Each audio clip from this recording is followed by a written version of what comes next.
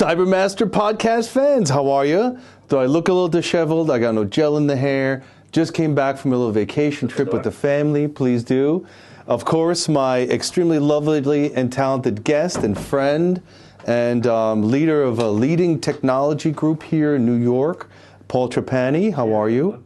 Cheers, everybody. Yes, we're having fine bourbon. We have a fine bourbonist who was going to join the show tonight, although he got sick, and hope to have him in the future. The reason I call him, I don't know what it is, someone who understands fine bourbons on an excessive level. I've been talking about him. Ryan, I look forward to having you on the show. But one thing I want to really point out, right? So CyberMasters sounds like we're a bunch of cyber guys, right? Paul and I have been talking for many years.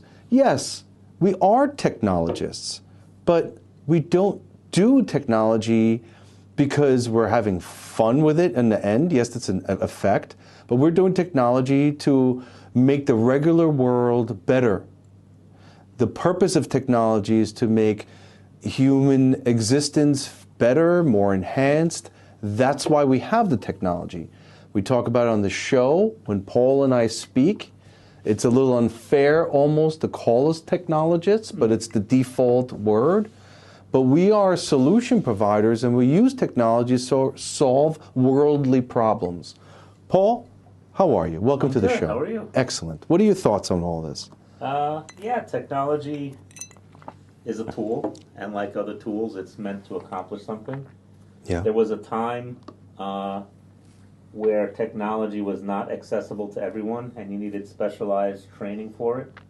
One of the great things about the personal computer revolution is it made computing, or the use of computing, available to all, and now it's used in businesses all over.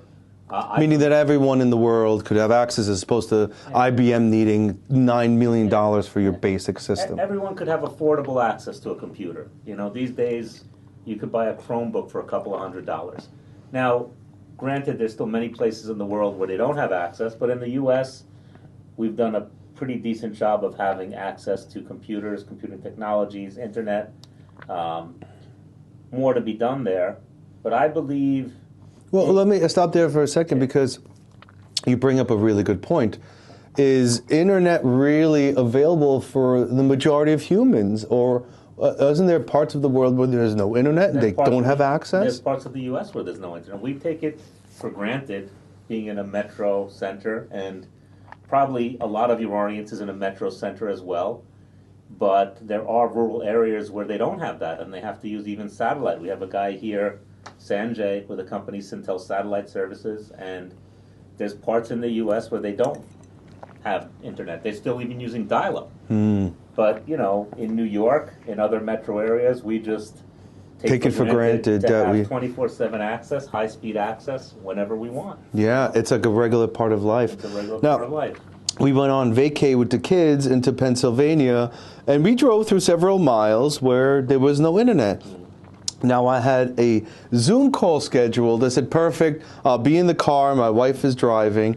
But with no internet, we had to reschedule. So how are those folks living? They're either connected wired, or they have local networks, or dial-up. Or satellite. I mean, that's the beauty of satellite, is it's accessible from anywhere in the world. I mean, you know, one of the things, unfortunately, in our area and many other areas is there's not a lot of choice. So, for example, in New York, you have two major providers of broadband services. And if you're not happy with one of those two, then you're SOL, as they say. Yeah, you know? Well, isn't Elon Musk promising high-speed internet with the Starlink at some point? Is that correct? But there's other providers like AT&T, for example, that could offer it in New York and in other areas. But it gets into non-technical issues, into political issues, and that's the reasoning why these things are not available. So as we're technologists, a lot of us don't want to be political, but, you know, sometimes there's an intersect of the political affects the kind of things that we do. Well, that's very interesting, because think about this, right? So we're doing ChatGPT searches on our own. We get together once in a while and talk. But in those areas where internet's not readily available, people would have to use these tools in a group, library setting. Right. And the results of the AI will be different looked at as a group as opposed to individuals. Paul, when you and I do searches together as opposed to when I go home and do them on my own, my brain takes me completely elsewhere. I think it's important to look at AI searches and ChatGPT in that direction, you know? Before we go on, tell us a little bit about PastTech. You have an exciting business. We do things together. What does PastTech do? You want to pull up your website as well? Yeah. Okay, perfect. So I am in what's called the managed service business. We have a comprehensive technology management company. We handle servers, clients with large groups of users. Paul here is a developer. Please take us through your business. So we do custom software development. And aside from the tech side of that, we create solutions for people looking to automate things and do things in a better way. Now hold on, Yeah. you are a technologist. Right. And you have a cup of coffee almost touching that laptop in that picture. Now is that good? That's the way the stock photo came. So I guess now when I built this site, there was no DALL-E to really tweak the photo, DALLE. But now I could probably upload this photo and say, move that coffee away from that. But Do you agree that's a level of risk right there? The coffee's so close with no cover. I mean, you know, yeah. It's early in the morning. Look, it's morning light. It is a Mac that could probably survive a cup of coffee being spilled on it. Thank you. Now that's a good point. You know. No, thank you, sir. We're in the Mac world. You go ahead, spill it. I'll be okay. So I'll say it's kind of interesting. This is off topic, but that's what happens in tech. Yes. There's inexpensive laptops and there's laptops that cost a little more.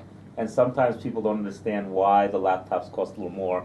The same laptop, $500, perceivably same specs, is now $3,000. So, for Why? example, a Lenovo laptop, a Toughbook, because they could survive a cup of coffee being spilled on it. They could survive being dropped. Thank you.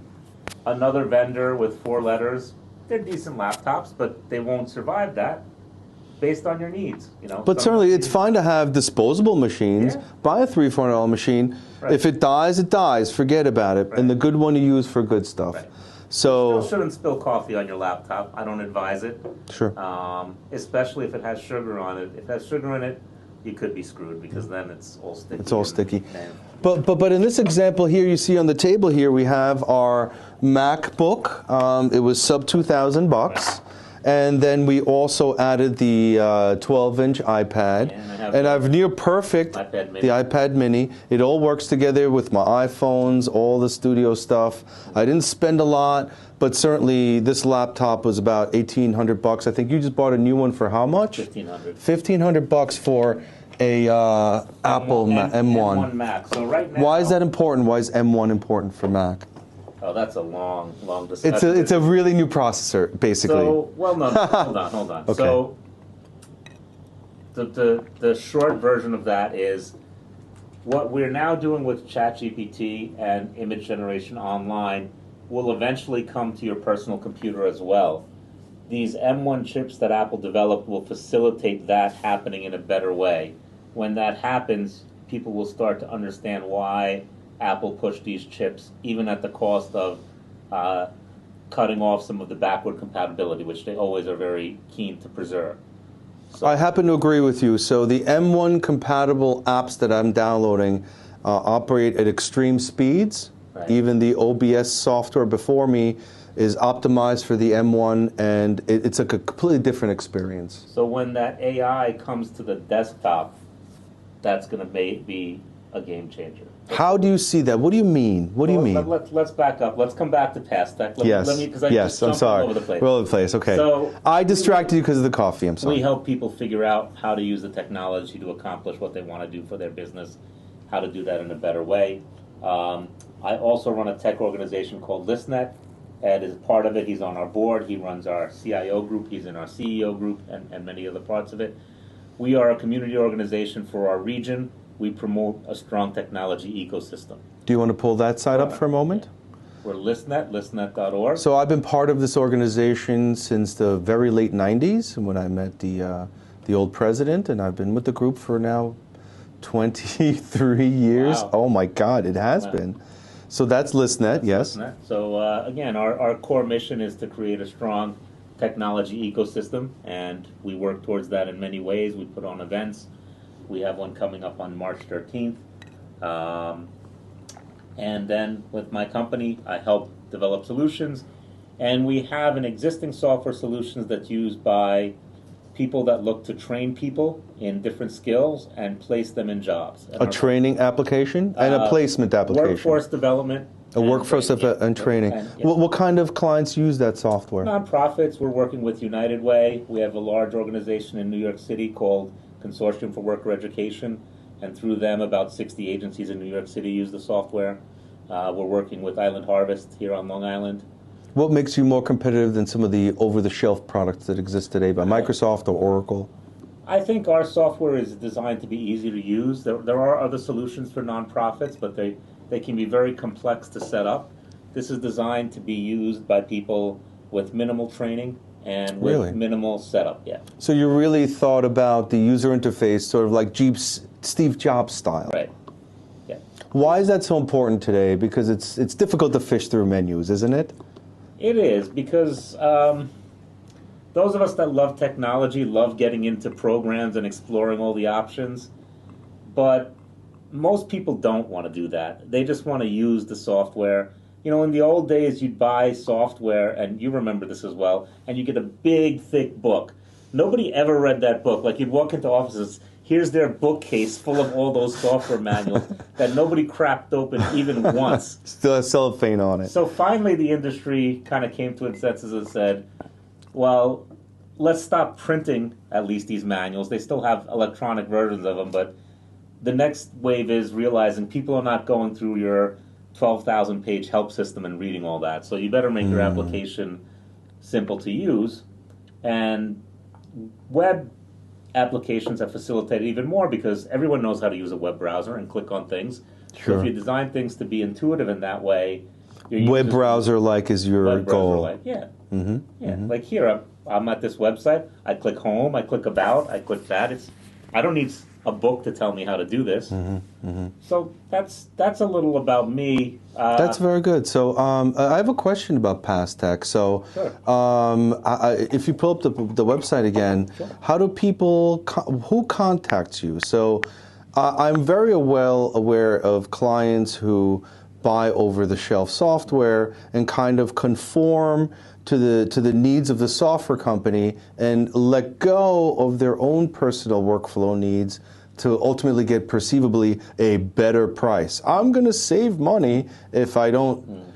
But isn't there a true advantage of hiring a professional, being consulted, and building an app that matches your workflow, which is half of the world, right? Custom compared to over-the-shelf product. Right. What do you say to that? So I say that the new, more modern software is designed to be customizable without a lot of programming. Programming is great. Programming is very expensive for many reasons. If you do a quick Google search for programmer salaries, you'll understand why. Yes. So the new way to do it, and arguably the better way, is create software where custom fields could be added, even by an end user, reports and forms. Why would you want an end user to go around and muck with the software? Well, we don't. We actually set them up. We do an initial setup, and we say, please come to us to help you do this. Now, if you're using the software and then you want to add a field, you can add a field. You don't need to call me to add a field. Excellent. So you do have that freedom, but of course we work to set people up the proper way, and of course we emphasize the importance of not cluttering your screen.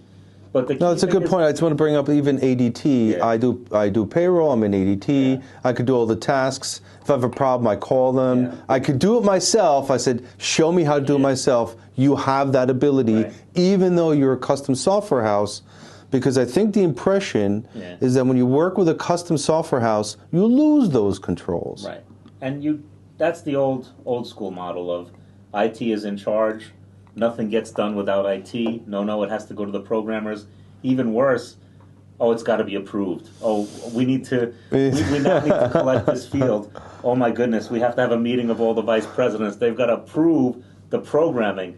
So they're worried about, the cost of having it developed. Let's say it costs $10,000. Meanwhile, 5 vice presidents sitting in a room, Yes. Average of, how many, hundreds of thousands a year they all make. Maybe not the most technical either. Not the most technical. Spending a lot of time discussing whether or not they should have this $5,000 expenditure. It's costing the company a lot more than $5,000 when they're sitting in that room debating. I've seen it many times. And Paul, I don't say anything, Yeah. and one of the interesting secrets of or undiscussed things is you go into these boardrooms and there'll be 10, 20 people asking questions for 2-3 hours. The clock's got to be spinning in their head. Each salary times all those people in the room for hours spending time on it, and ultimately it becomes more difficult to make a decision, right? It does. It doesn't. Who's the best person to make a decision to speak with you in a non-for-profit? A CFO, a chief executive, a COO, anyone responsible for the costs or the income of the organization, the efficiency of the organization. You have events management in the system. You've got do. employment services. So this is services. a fully packed system Right. for non-for-profits. Why non-for-profits?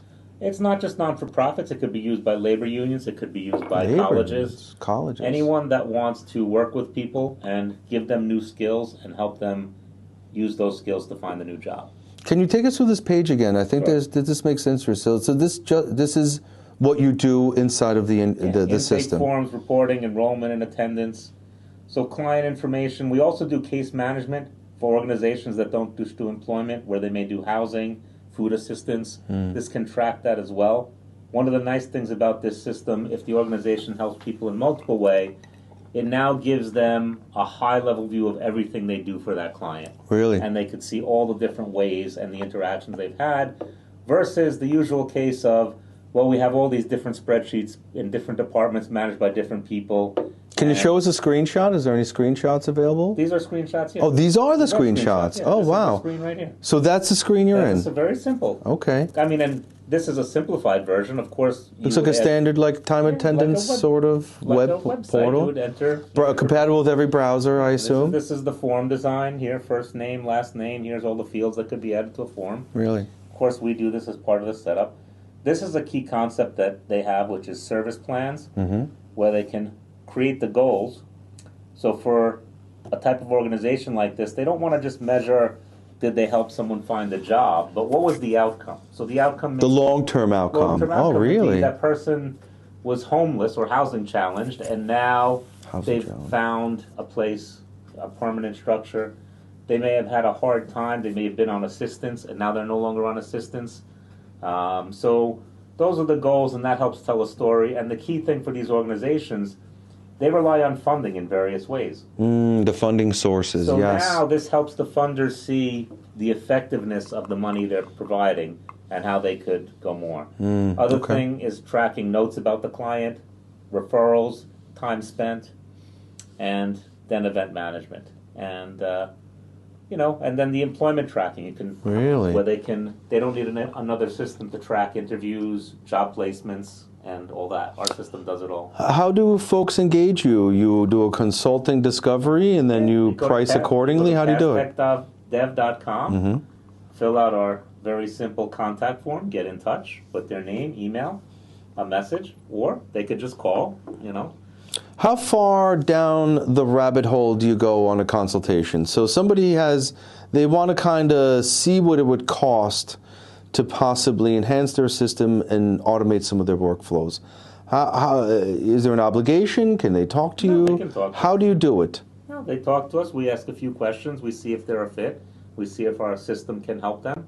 So what, you have an interview and you go down and just chat about their business? Yeah, we try to see, since we've worked with many different types of organizations, a lot of them fit a certain model or type of service they do, United Way is a good example. There's many United Ways across the country. Urban League is another good example. There's many urban leagues around the country. Island Harvest is part of an organization called America's Second Harvest. But there are other, organizations that are not like others, but they do the same service. They train people, they try to place them in jobs, they create goals for these people, and we usually see right away if it clicks when we start talking to them about service plans and all that, and they go, oh yes, we need to track that, and then they start asking about things, and I always know it's good when I say, oh yes, we do that. And one thing that comes up, which I was surprised because I didn't realize how much it was an issue, is transportation vouchers. Transportation vouchers, so on really? Long Island, they would provide transportation vouchers for people to be able to get somewhere. Can you give me one?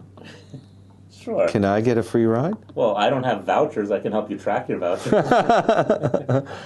Gotcha. So the Able rides and everything has vouchers, and there's a tracking system because it's by the millions, I'm assuming, annually.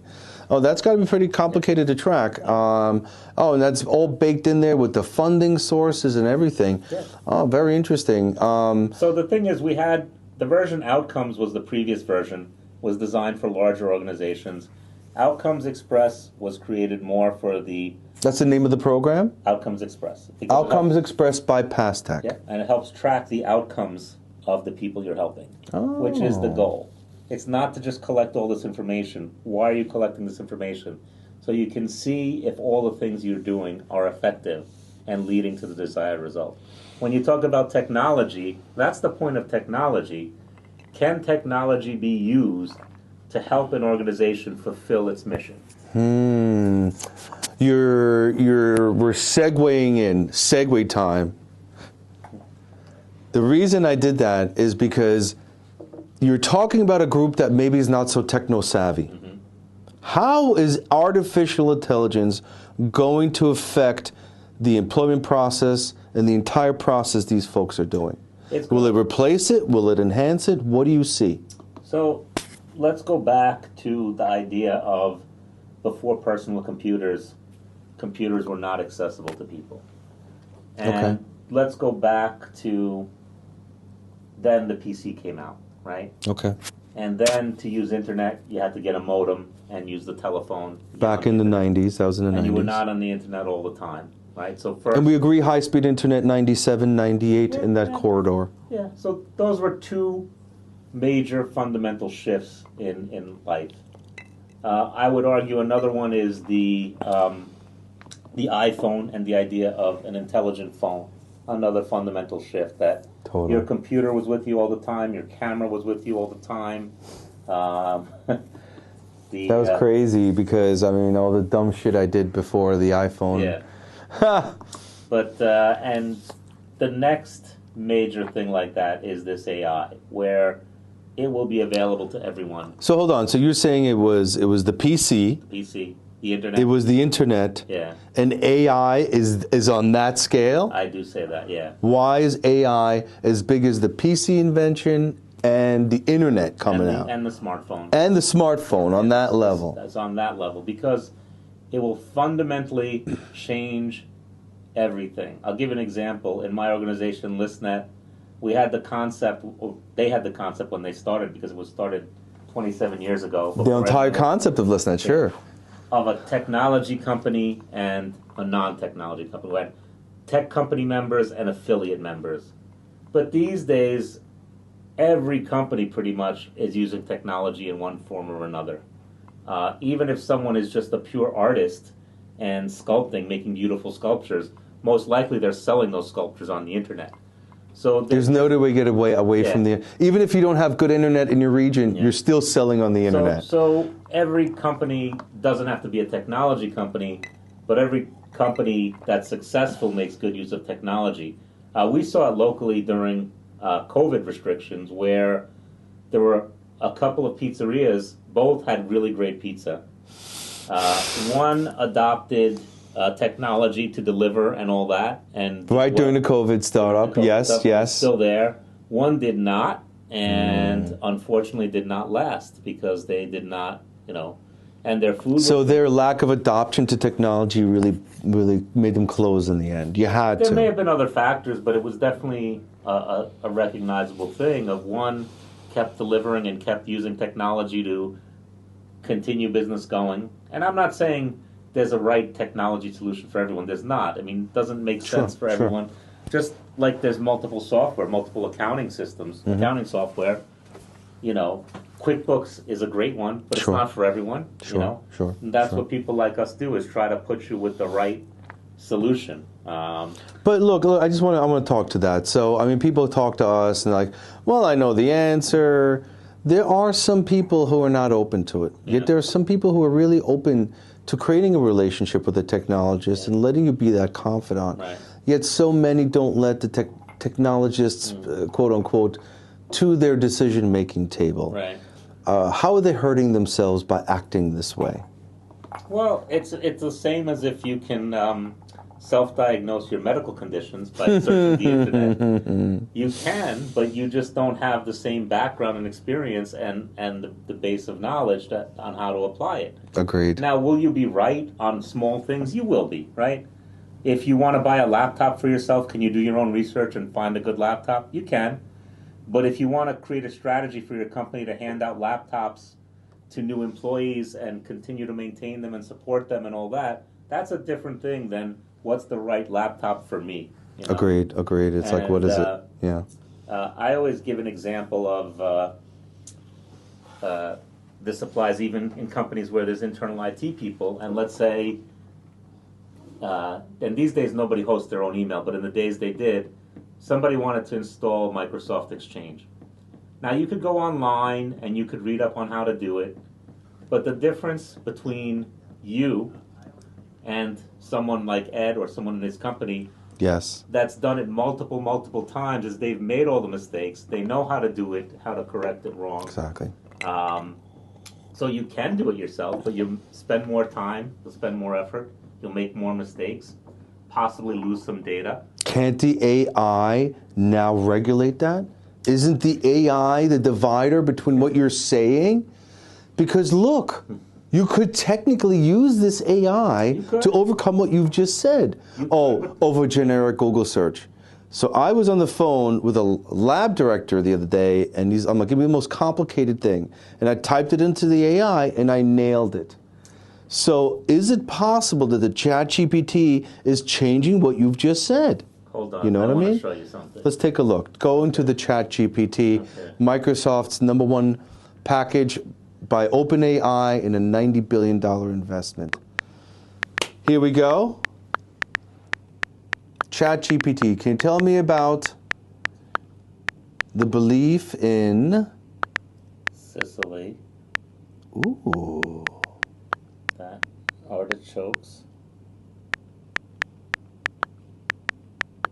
can be used to raise the dead. Come on, all right. Hold on. Don't say enter yet. Okay. So we just asked ChatGPT, can you tell me about the belief, the myth, Yeah.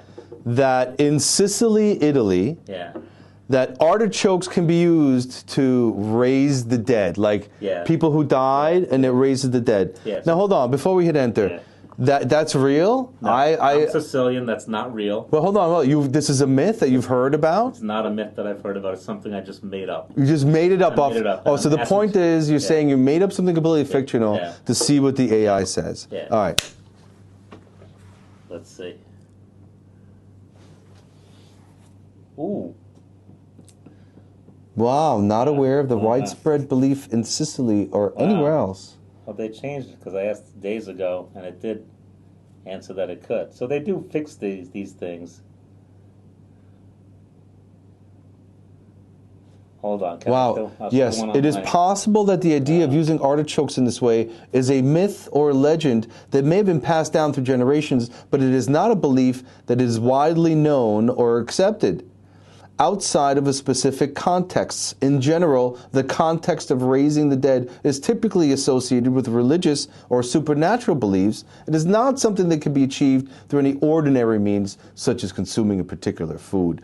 That's an interesting answer. So here's what I asked it. I don't know if you can show this on camera. Yeah, I can. Let me see if I can flip that around there. Okay. I'll do one of these guys. So this is the answer you got. So you're getting different answers based on the day of searches? Yeah. Well, even if we regenerate here, let's try regenerating. So the idea of artichokes can raise the dead is a folk belief that has been associated with the island of Sicily.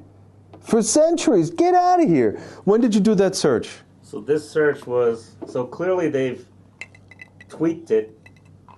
This search was a couple of days ago. You're telling me the AI is altering? Did you induce the change? Possibly. How?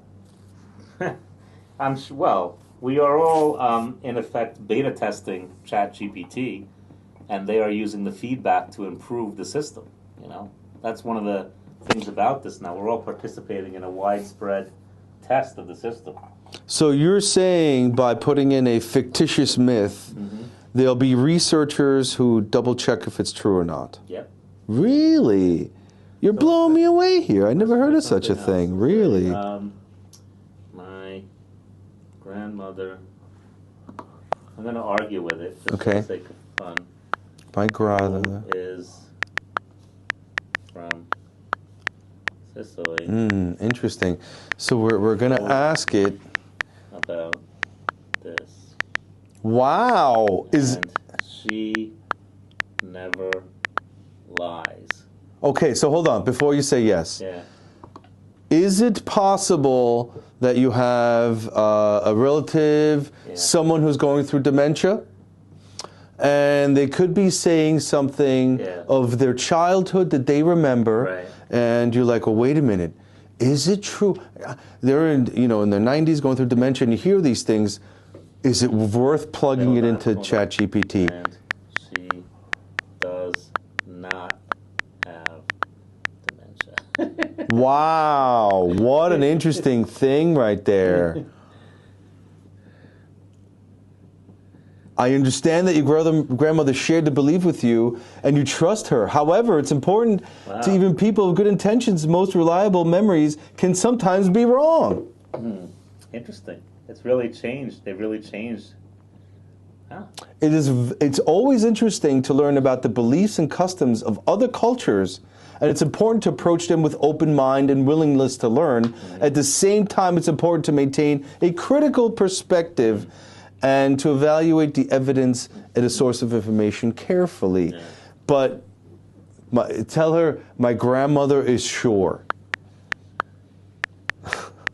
So we're messing with this thing to see what its potential is. I have a few friends and people in my family who've told me, I don't know about this ChatGPT thing. It's nonsense. It's not an alien. It's not, what did they call it, symbiont of any kind. It's a computer program that we're testing out as beta testers. Welcome to reality. Well, the point is, whether it's wrong or right, you can see that a few days ago it gave a different answer. So it's being programmed. It's being programmed. Whether people can ask ChatGPT for how to do something, they can.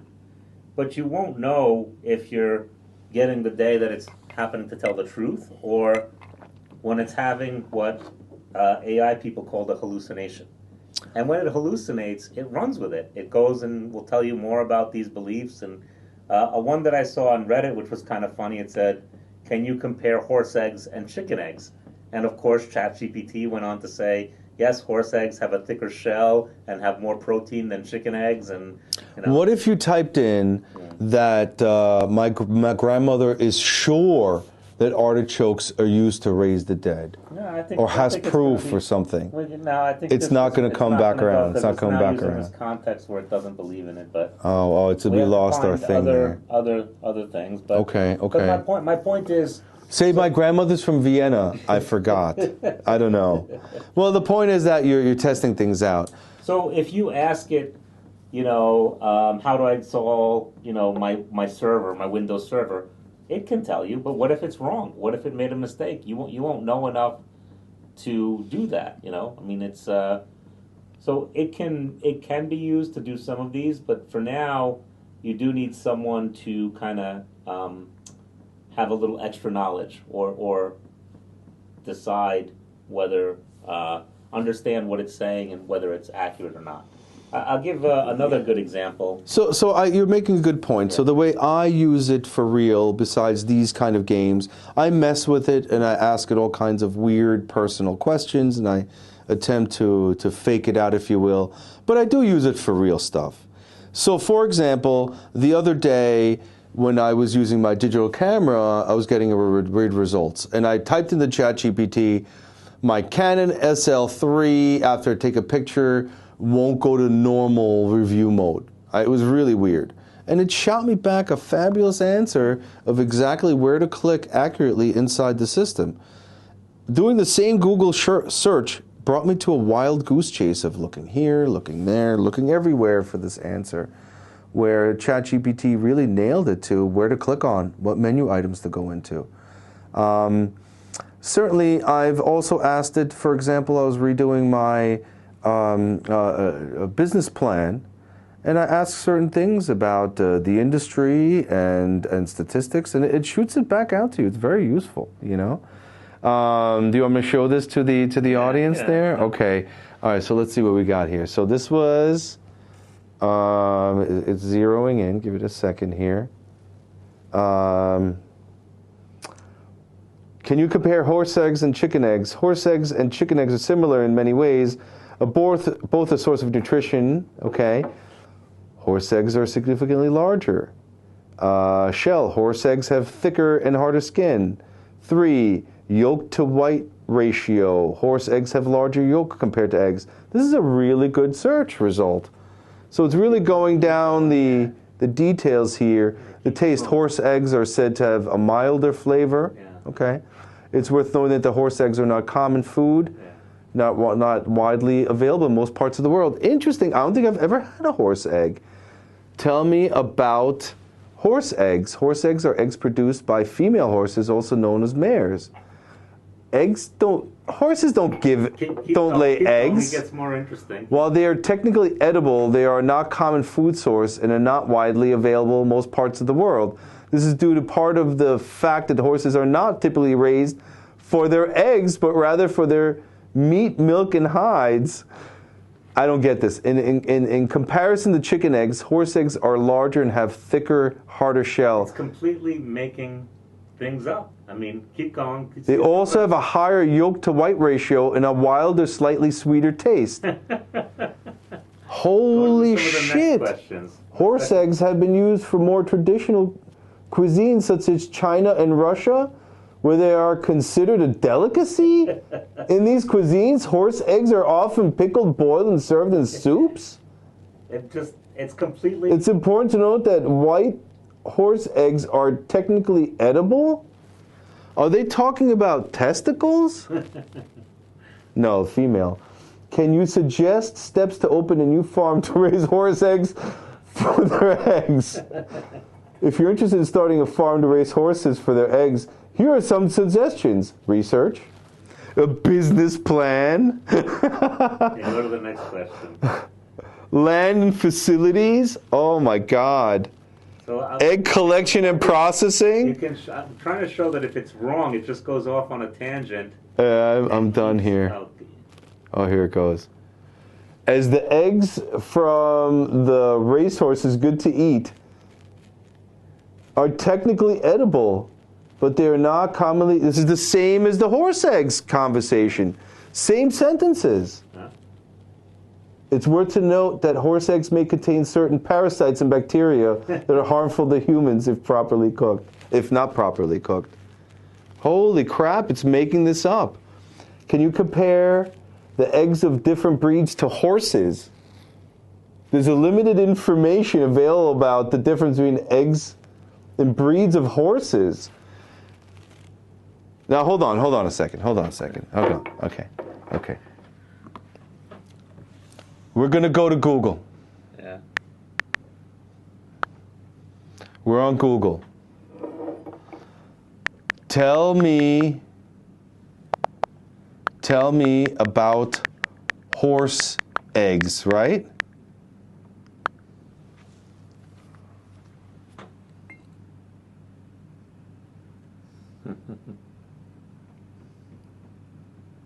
There's no such thing. So here, I asked it, are you sure about all this? And it said, as an AI language model, I strive to provide all accurate information is critical to check on information or consult additional resources. I said, can you figure out where you made a mistake in the first question? I made a mistake by saying that horse eggs are commonly consumed as food. They are not accurate. That is not accurate, as horse eggs are not typically produced or consumed for the edible qualities, but rather as a byproduct of breeding horses for other purposes. I apologize and will make sure to provide accurate information. Do a fresh search on us on our ChatGPT. That was from what? That was from what, a week or two ago? That was from maybe a month ago. From a month ago. From a Reddit. So why don't you try a fresh one on our... Sure. I don't know where it was, but it's up there somewhere. Yeah, okay, we'll get it. You know, just do the chat. Oh my gosh, I wonder what it's going to say today. So horses don't lay eggs.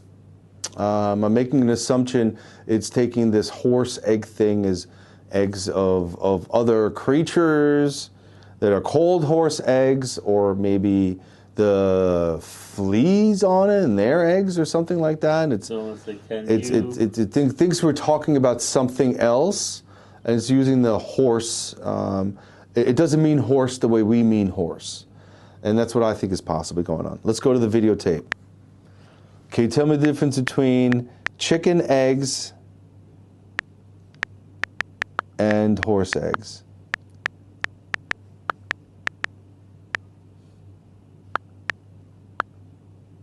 Now it's going to say, well, let's see. Maybe not. Let's see.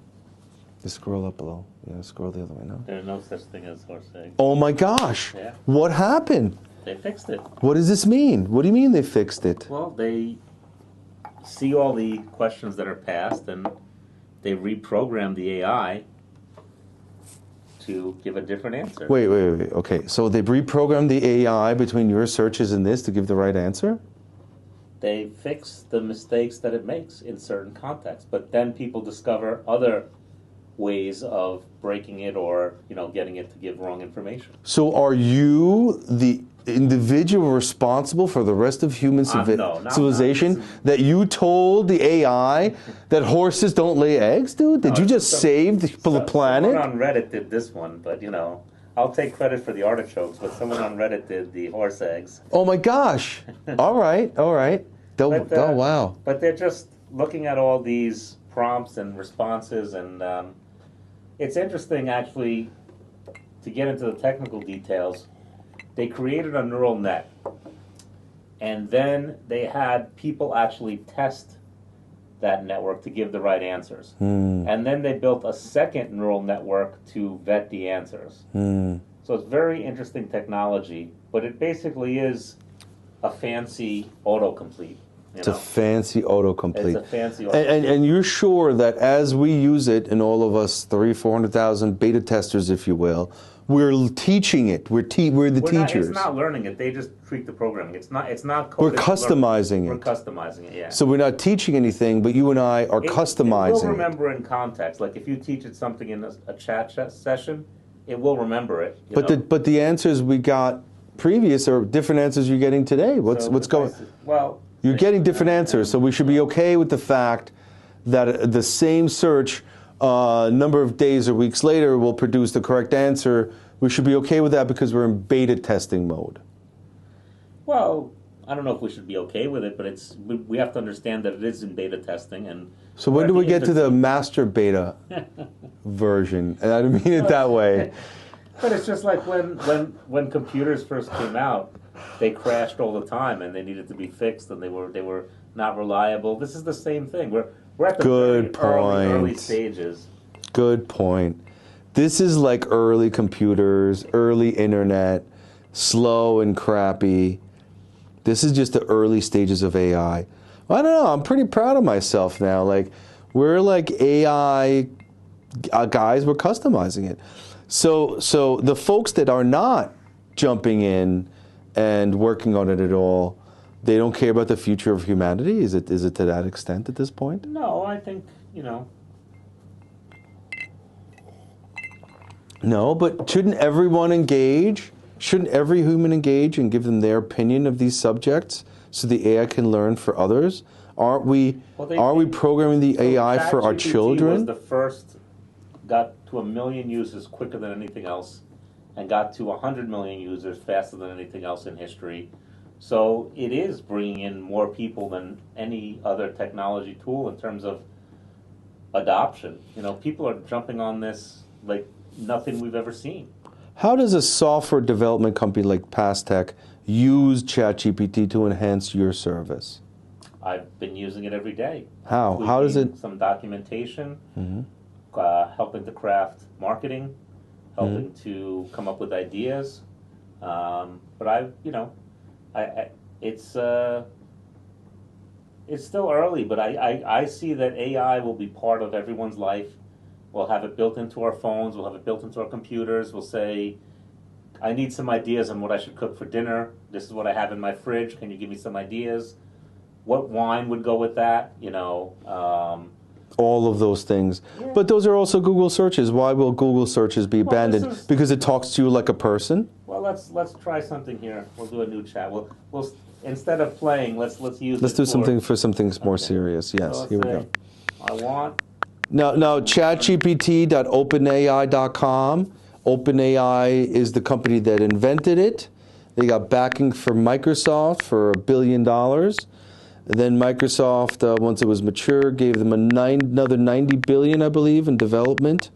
And this was released on November 30th. It has no competitor of equal value at this moment. Google does not have a competitor for it.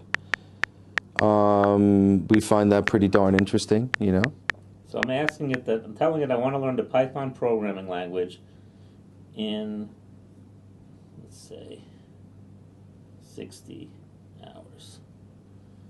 And can you give me the outline for a class on learning it in 60 hours, right? And let's see what it comes up with. Week 1, 15 hours. Day 1, Introduction to Python. Installing Python in a text editor. That's very nice. Yeah. That has quite a bit of value, I would say. So wait. Let's let it do this and let me show you a little more. Yeah.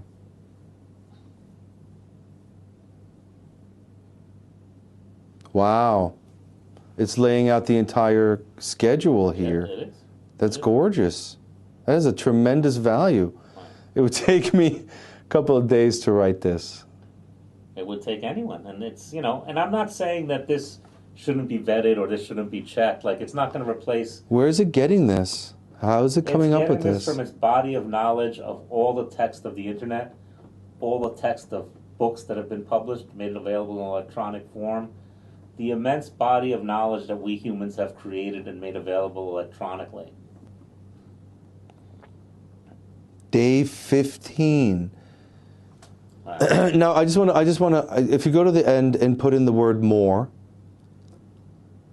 MORE, Yeah. it will continue on its path. Correct? Yeah. Let's look at this.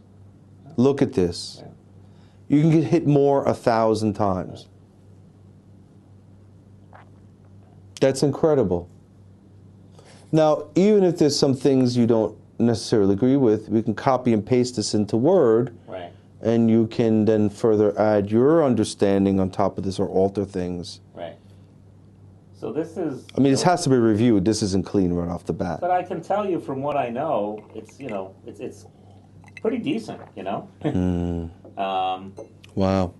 So if you were an actual teacher, you could use this to generate ideas, and then again, like I said, not taking out. So watch this now. And you create class notes for day 1. Right? Okay. Class notes for day 1.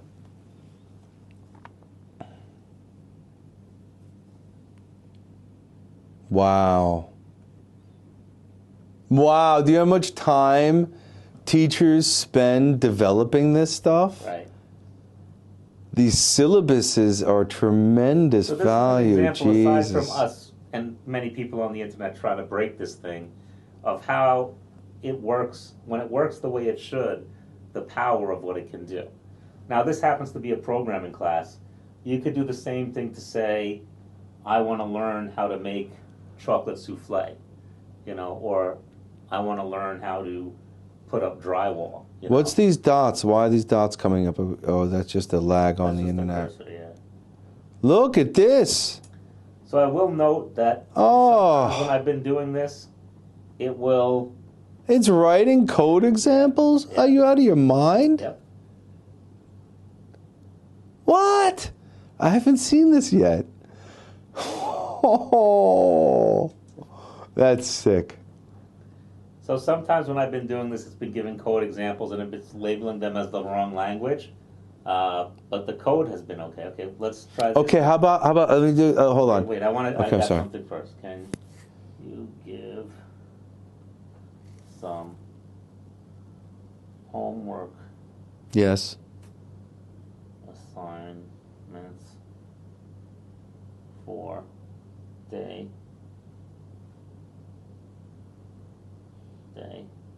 4, right? Okay. Wow. Dude, that's so sick. I love that. Now these are common things, and can you Google search and come up with all of this? Oh my God. But how many Google searches would we have had to have done to do this? And you see how you can use this to build this out, you know? Go to Google and do the same search. Just for shits and giggles. Okay. Google. Learn Python in 60 hours. Okay, so stop right there for a second. So we now have to start to fish, right? Right. We now have turned to professional fishermen Right. with spears to find our specific answer. So let's click on the first link, right? How long does it take to learn Python? Well, this is not giving me the answer. No, right? it's not. It's just some kind of outside of example. Go back. Okay, let's try link 2. Here's a 6-week plan. All right. Well, that's not a very detailed plan compared to what ChatGPT was giving us, right? Here's a list of 8 items. Wow. So- Compared to the extensive results. So now it gave us homework assignments, right? Okay. So So hold on. It's something completely different. Yeah. There's the Google search and there's the AI search. Yeah. And can they truly be compared to Hold each on other? then. Can you give me the answer to exercise 2? So you gave it a search and you're going back and asking about the previous search results because it's So a string. Come up It's- with homework assignments. Now I'm going to ask it to give the answers. Oh, wow. It would take a teacher a long time to produce all of this from scratch. Right. Here's an example. Oh my solution. gosh. Oh, jeez.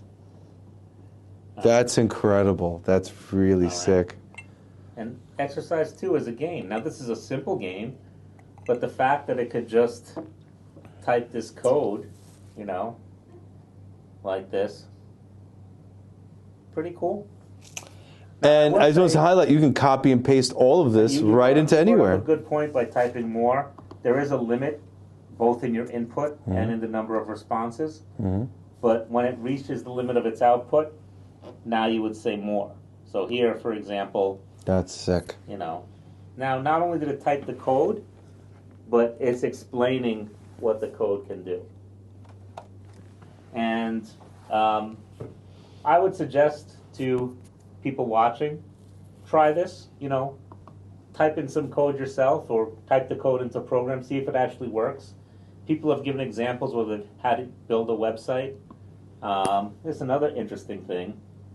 That's just, I don't know where on Google you would be able to interact in this method. I'm telling you, there's naysayers who are like, no, it has no value. How can you get this on Google, what you just did here? Hold on, I'll show you even more. Copy. Okay, let's say. Actually, yeah. Yeah. I want to paste it. And I want to make a couple of mistakes in it. Okay. Oh, yeah. Screw up the Just syntax. randomly gonna. That's cool, that's cool. Okay. Ready? Watch this. Okay. You made mistakes in the code Right, it gave okay, you. A student submitted They submitted that code and you're checking the homework. following for the player class. That's really interesting. Can you tell me the errors? No, it's going to do a compile check. Oh my God, it found your errors in the code. Right. Where will you going to find this on Not only finding Google? the errors, it's explaining them. One of the things that got me excited about computers, that made me beg my parents to get me a Commodore 64. We were in the store and I saw one, and I started typing some program I made up, and I hit run, and it said error on line 30. And I was like, I can't believe this. Now we take this for granted. But now we've gotten to the level, not only can it tell you have an error, it can tell you what the error is, how to fix it, and give you the corrected code here. Let's take a slightly different direction. We're talking about coding. What about a different kind of business? How about to become a professional plumber or something like that? Or an electrician? Let's go with electrician. Okay. Instead of your Python class, let's do a physical world, analog world. How do you become, can you give me, right, you're setting up a classroom to teach people to be plumbers. For a class on the basics of plumbing.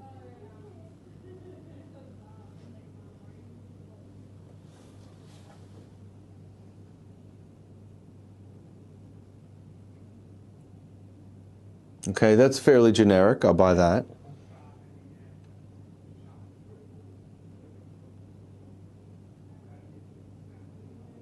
So I would say right now, That's interesting. its strengths really are in the code aspect of this kind of stuff. Okay. Now, hold on a second. This is not too bad. It's filling out an entire class summary and in as well as in priority level. Yeah. I think the priority is important. Mm-hmm. Now, that's really interesting. Mm-hmm. How about... Let's try something. Yes. Go a little further down detail. In my opinion, that was comprehensive and seemed like multiple years of classes. Right. The text for class 5A. Oh, wow. No way. I'm sorry. Now, for me, this sounds sick. Oh, come on. That's sick. All right, here you go. Types of fixtures.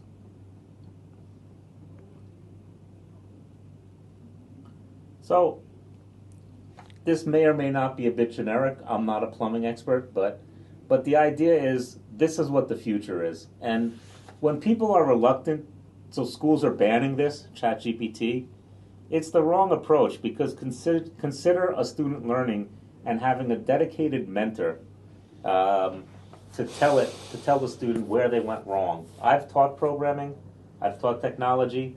It's very frustrating for people when they type some code and they're just learning and they make a silly error like an extra space, a semicolon missing.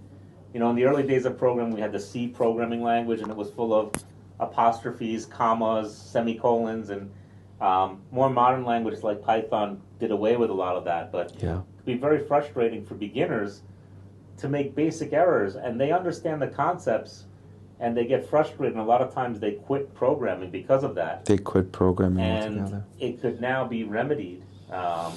And then also I'll point out one thing. Right now... Can we go a little further? One more search down the rabbit hole.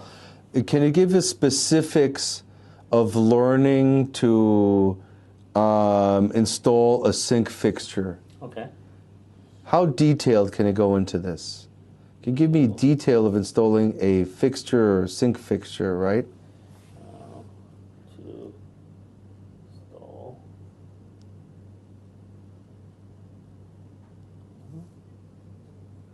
With references to published material. That's interesting. Why did you put that? Interesting. I want to see what it comes up with. Okay, all right, let's see. Certainly, gather the necessary tools and materials. Wrench, pliers, are giving you tool sets. Shut the water. I've seen that. Number 2 is important. Shut the water off. Shut the water off. And if you're doing electric, same thing. Shut the electricity off. Even more important. Remove the old fixture. Makes sense. You got to remove the old one. Install the new faucet. Follow manufacturer's instructions. Involves inserting the gasket and mount plate. Insert the faucet into the mounting holes in the sink. And triggering the mounting nuts. Connect the water supply lines. Use Teflon tape to wrap the threads of the water supply line, then connect to the corresponding valves using the sink. Be sure to tighten the connection securely. Install the handles. Follow the manufacturer's instructions. Typical involves inserting the handle into the mounting hole on the faucet and tightening the screw set. That's all it takes. Test a new fixture. I don't know. That seems pretty good. I'm sorry. Yeah. You think I could teach myself plumbing to this? How about this? How do I build my own shed? It could come up with that. Yeah. That's sick. Yeah. What do you think, Paul? Where is this all going? This is incredible. So- We're at another waypoint in the show here. Like, what's going on? Are we going to forget about Google? Why is Google still important? I don't know if we'll forget about Google or not. It's interesting. So you and I are at a certain age where we remember before Google there was Yahoo. Yes. And Yahoo was the dominant search engine. Yes. Those of you that are young, maybe in your 20s or 30s, don't know about Yahoo. There was Yahoo, and Yahoo was a human-created directory of links. Hold on. Time out. It was AOL, then Yahoo took over. Sure.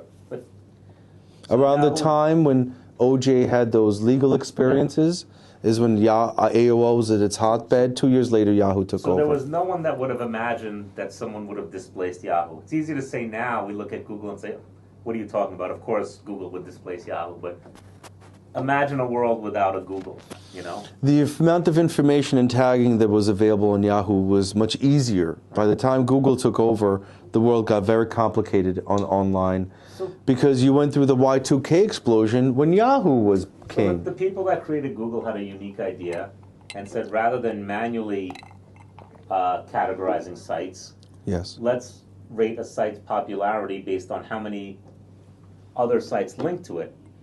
Now, there's a long story after that of how the system got gamed and people tried to Take advantage. take advantage, and that's why Google years ago was much better than Google today, which happens with a lot of technologies. People look to exploit it and use it in other ways, but that's besides the point. So people, for a long time, would have said, who could ever imagine someone supplanting Google? And now we've all seen articles where people are like, oh, is Google over because of AI? So that's how technology goes. There's always, you know, in the hardware world, there was a time when IBM, hardware and software, was the Be all end all. be-all, end-all. And this company, Microsoft, came around and did things in a different way. Yeah. So what I see for this AI stuff is right now it's this separate thing, but eventually it'll become part of things. I mean, what Microsoft is doing is a very good strategy, even though it's backfiring on them a little bit with Bing, but the idea is What happened use with Bing? Why didn't the Bing thing work? they now allowed Bing, well, two reasons. One, the longer you talk to these AIs, they use context, but then they start to get a little wacky.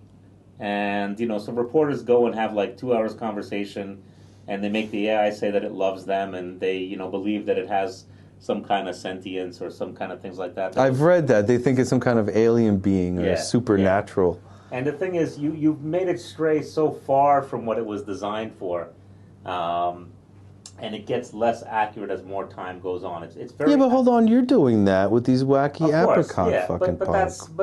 that's just for fun. That's just for fun. But isn't that's- the fun going to hurt it? It's not going to hurt it. Right now, it's making it better because now they're taking that and they're using it to improve the system. You know. Okay, okay. Now, it's interesting that Elon Musk was one of the founders of OpenAI.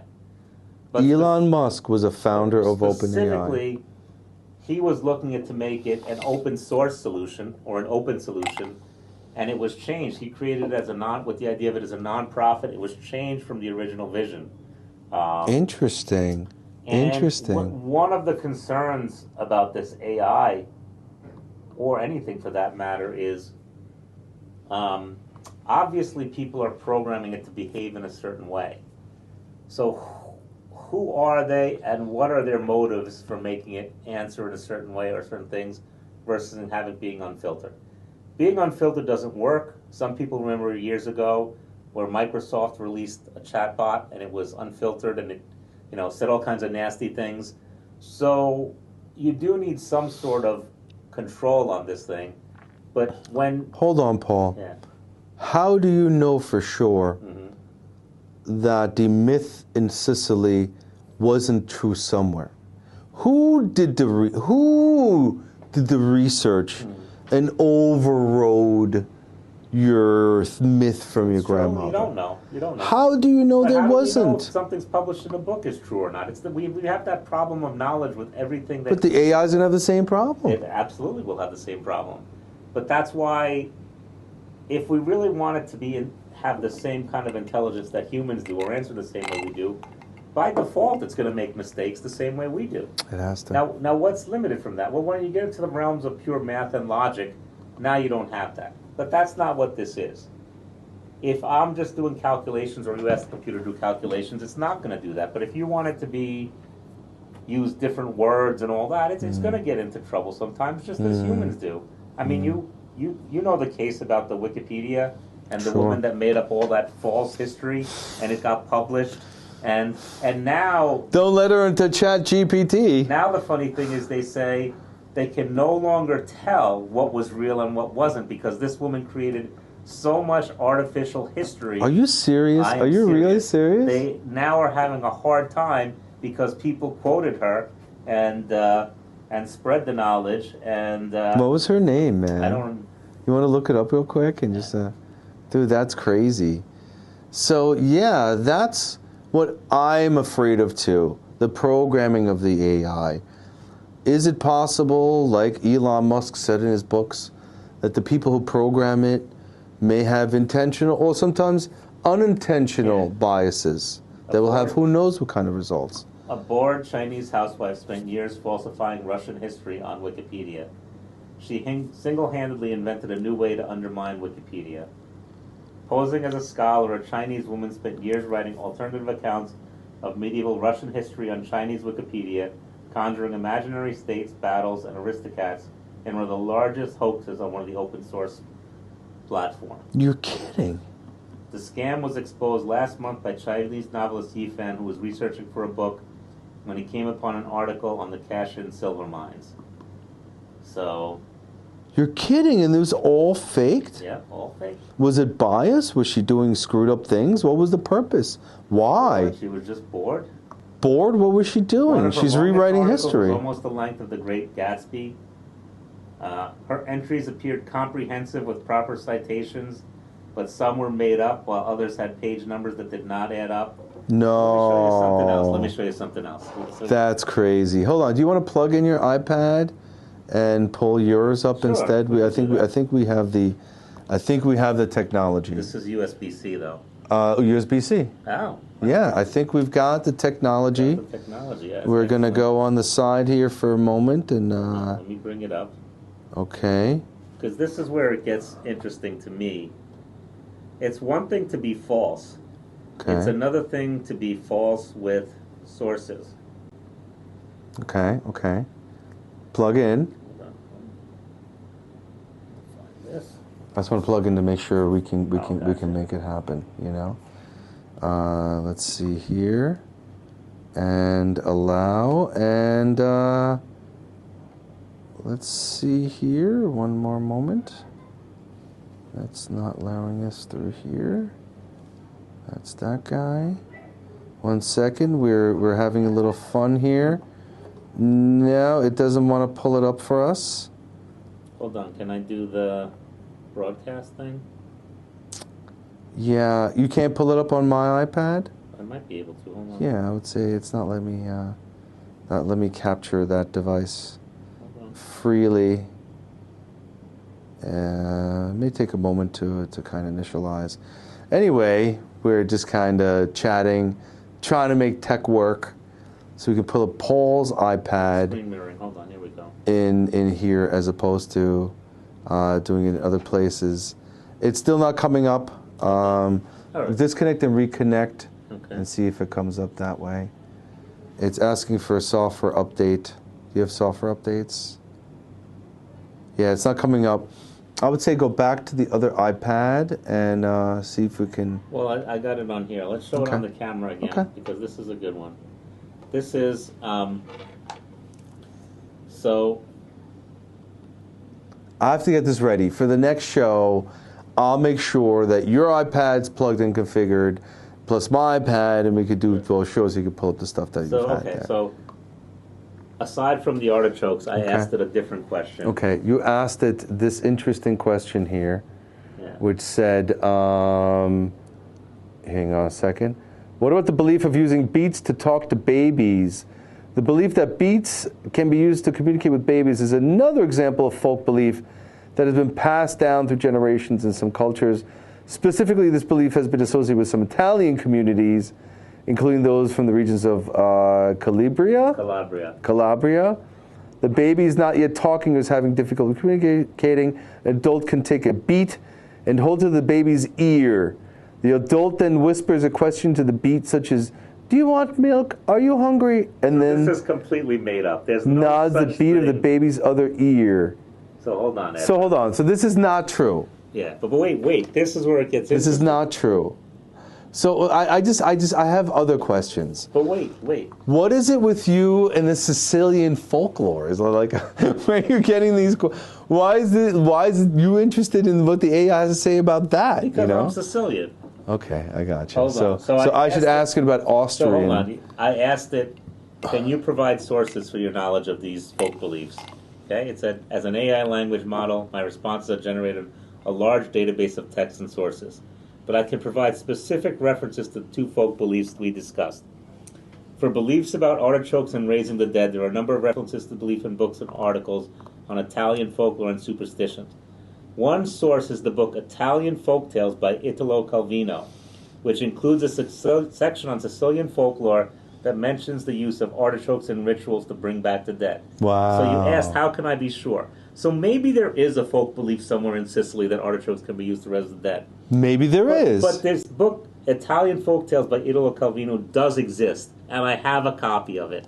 And I looked through the book, and there is no mention of the word artichoke in the book anywhere. Really? Yeah. So it just made up this reference. So that's why I say you have to be careful on the internet. And I think especially those of us that were used to the world before the internet, I think sometimes are a little more skeptical of the internet. And the Wikipedia thing is a good example. Just because something appears here. So here's a computer telling me that this book says this thing. But it does not. This is a lie. This is an out-and-out falsehood that the computer just made up a source, you know? That's very concerning. Again, I'm sure they fixed this, you know? Will they fix it? What will not be fixed over time? Right. The problem... What will be ignored? What will be... I mean, come on, this is crazy. The whole idea of a neural net... is that everybody participates in the answers? No, is that it's designed to do things that its creators never imagined. It's like Skynet. It's designed to almost be like our brains. That's an oversimplification, but it's individual neurons and they make decisions. If anybody wants to really learn how this stuff works, there's an article out there by Stephen Wolfram. He created Mathematica and other things. He explains ChatGPT and how it works. It's very fascinating. But the basic point of it is you create this network of nodes and questions perpetuate through the nodes, and we don't know what kind of connections it's going to form and all that, and what kind of wrong things it's going to do. So that's why the filters and other things are important. So you're taking this body of information and you're poking it from multiple directions. Right. And the ultimate purpose that we perceive is to feed it with the proper knowledge to help humanity down the line and improve, if you will. Yeah, But there could be some nefarious reasons where people are looking to maximize their payout. There could be information it's programmed with that could take advantage of people. Yeah. I mean, right? Yeah. It's attempting to be sort of neutral. Well, also by making a bullshit. I don't understand. So I'm really at a loss. So what's the whole point?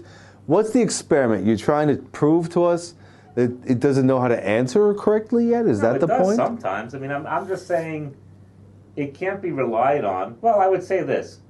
Rely on it as much as you would rely on an average human who you don't know their background, right? You meet someone and they start telling you about, horse eggs or artichokes in Italy and this and that. And if you don't know anything about them, how would you, rate these answers, With some skepticism, I think is good. Doesn't mean they're wrong, doesn't mean they're right. Certainly in the documentation that I pull from it and the advice, and I said, write me an essay on this, or write me a contingency plan for this specific thing. It's great text. So one of the things for me, English is my third language. Certainly the way it writes has value to me, and I like the methodology of how it describes, in English terms, what I'm trying to say, that's a good point. Better than I'm saying. It is a language model, and one of the spots that's really good, if you have some written words and you want it to improve it, it can make some very good suggestions. It writes better than I do as a third, as a descendant from Europe. And not only that, it gives you great ideas for brainstorming. It may not have the precise answer, but from a brainstorming point of view, it's a starting point. How do you get started? Well, I think it's wonderful. Writer's block. I just think people have to proceed with a little bit of caution. Clearly. As with all technology in its early stages. Same with internet, same with PCs. It's just like if you want to be a beta tester of software, you have to understand it's not going to work flawlessly. It's going to have bugs. It's going to do that. Yeah. One of the things that Apple gets a lot of credit for is making computers very usable by everyone, making a smooth experience for it. That's not how computers were when they first started. Right, it was rough, like what we're seeing now. It's weird. Rough. Yeah.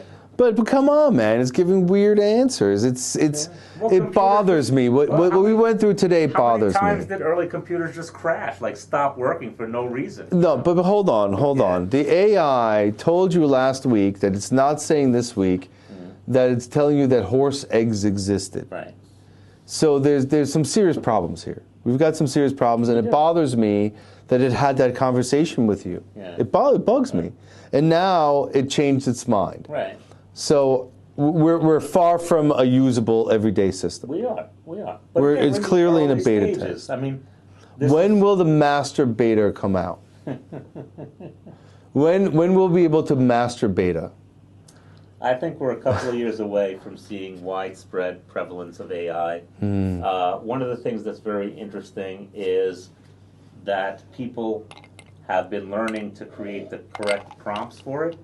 So it always operates in context, and what you tell it remembers what you tell it before. That's one of the ways that GPT is different than things that came before. But I'm bringing up here, for example, a directory of awesome GPT prompts. And these hold on, prompts. I talked about prompts a little bit. Okay. Prompts are custom codes for the AI. Right, where you're telling it to behave in a certain way. So consider the AI is like a giant brain.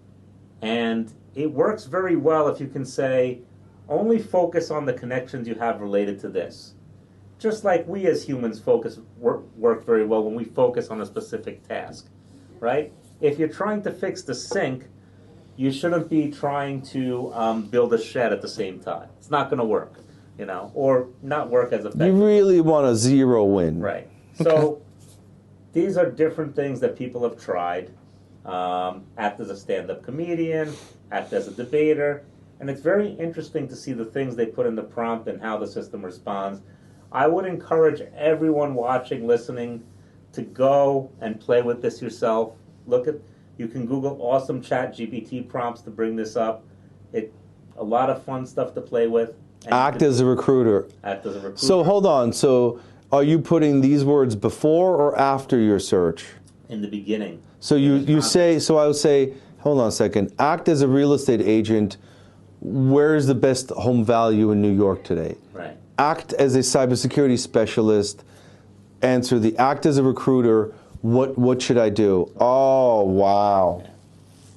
Act as a logistician, act as a dentist. This is part of the future where being a prompt engineer. You ever act as a clown? Is that in there? Act as a clown. Really? Yeah. They got me in there. Act as a text-based adventure game, as a statistician, as a prompt generator. So you can even have it generate prompts for itself. Can you say act like Arnold Schwarzenegger? Act like Sylvester Stallone? You could. Act like Ozzy Osbourne? Right. Really? Can you? Yes. Come on, try. I gotta try. Okay. So you say act like, okay, this is weird, okay. Like Arnold. Now I'm going to have a hard time spelling Schwarzenegger, but the iPad AI will help me with its autocomplete. Ooh, Schwartzberg. how did it do that? I knew a guy, Schwartzberg. Yeah, perfect. Tell me the importance. Now, we could do voice searches on this. We don't necessarily have to use the keyboard. True. But Oh, wow. That's amazing. Oh, come on. That's awesome. It's doing the Arnold stuff. Tell me something. You have to almost say it, read it in a German accent. yeah. Oh my God, let me tell you something. Getting in shape is not just about looking good in a tight t-shirt, impressing the ladies with your muscles. It's about taking care of your body and mind. You know what this sounds like? Wow. The Saturday Night Live guys. It does a little bit. It does. So again, you gotta understand that it's highly influenced by the entire internet. But you know, again, these we can do all these interesting things, but the day is coming where, you know, all these things will work. And Why has this produced a red alert at Google? this has produced a red alert at Google because, like many other technology companies, Google got very large. Probably got a little bit greedy. When Google started, they had "Don't be evil" as part of their motto. They took that away. They prioritized ad revenue versus Over making their experience. product better. Same Good thing point. happened with IBM. You could go back and look at the history where IBM had a virtual monopoly and could charge people whatever they wanted for hardware. Bell and Howell with their microfiches? So Go on and on. This story has played itself out many times over history, and Wow, Paul. yeah. What's beyond AI? Well, the next thing will come along. Yeah, that's it. You know. I mean, I guess humanity couldn't conceive once Google became, what's beyond Google? It's this infinite thing, and here comes AI. Is the Neuralink the next wave beyond AI, or is it the tool that connects the human body to AI? What's your take on the Neuralink on that respect? The Neuralink is going to just change the world completely even further and create us as a hybrid of human and tech, which we are now. We all have our phones with us. You know, having your phone with you is like having an extra brain with you. What's the advantage of thinking these questions and typing Well, them you'll in? be able to operate a whole lot faster, you know. Significantly, like maybe 100 times faster by thinking the question, reviewing your answers, and then speaking to the person compared to, But wow. I would say, you know, We're going to be like clones of what the AI has been programmed. How, will individuality be removed from humanity? I don't think so. I don't think so. There's got to be only so many cases that, or you ask it so many questions, it's like there's something wrong with this person. I don't know. Will it create too common of a denominator? Will it remove individuality? No. Does individuality need to be removed or altered for AI to live? Can we pipe that in? Does human individuality need to be lessened for AI to live? Okay. You know, does that? I wonder what the AI would say. It says, I know where you live and I'm going to come get you now. Hold on. Oh, wow. We did the voice search. Yeah, we did the voice search. So Oh, ask your sick. question. Okay, so okay. Okay. Will individuality need to be removed in order for AI to live?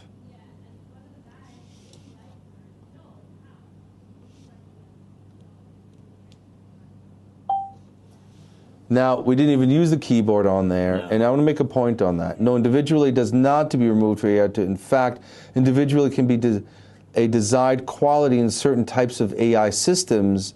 AI is designed to perform specific tasks and functions. It's programmed based on set of rules and algorithms. Therefore, AI does not have the same kind of individuality as humans or other things, other beings. However, AI can be designed to have unique characteristics and personalities that make up more relatable and engaging to interact with. In summary, individuality is not a requirement for AI to function, but it can be a desired quality in certain types of AI systems. It is not answering the question, and it's skirting around the issue that it's going to come and kill us all, like Skynet. That's what it's saying. I am Skynet. Individuality is just fine. Don't worry, I'm on your side. Thank you.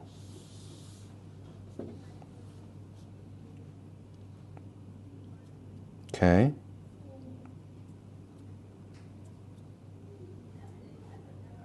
Again, it's not really answering it, but... I'm sorry.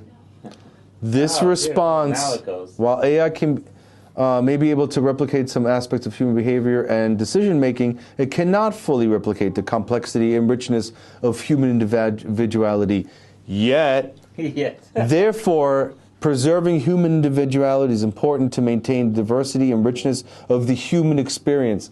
Next question, you know what it is. What's that? Why is the human experience important to AI? Okay. I imagine... Why is the human experience important to AI? You gotta... There you go.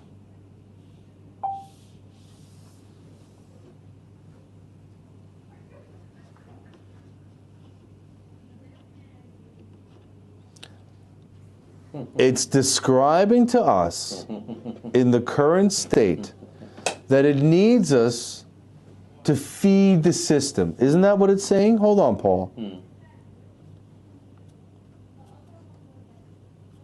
Understanding the human experience can help AI systems to avoid biases and errors that can arise from lack of cultural understanding or awareness. Paul! Paul! Paul! Paul!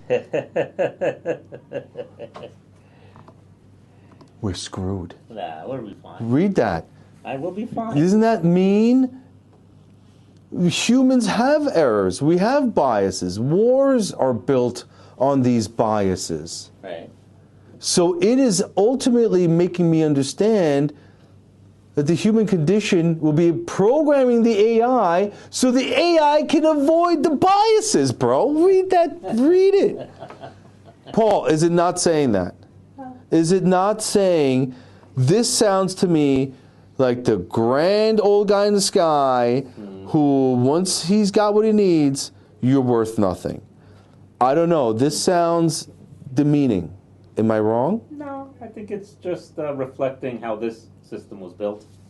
This is obviously fed in to reflect that. And the system was built to provide these answers, right, giving some humans like me... Right. But there'll be other forms of AI, and eventually people will be able to build their own AIs. I mean, that's why I say... But are we programming the AI with these questions now? It's not programming it now. No, they go back and then use the answer. Analysts. Allegedly. We don't actually know what it's doing because it's, a closed system. So this is meaningless to you. This is really just a bunch of stuff it spits out. No, it's not meaningless. This is reflecting a viewpoint of the people that created this AI system. And it's important to remember that these technology systems are created by people. And it's important to try to understand what is their motivation. Right now, this is a fun thing.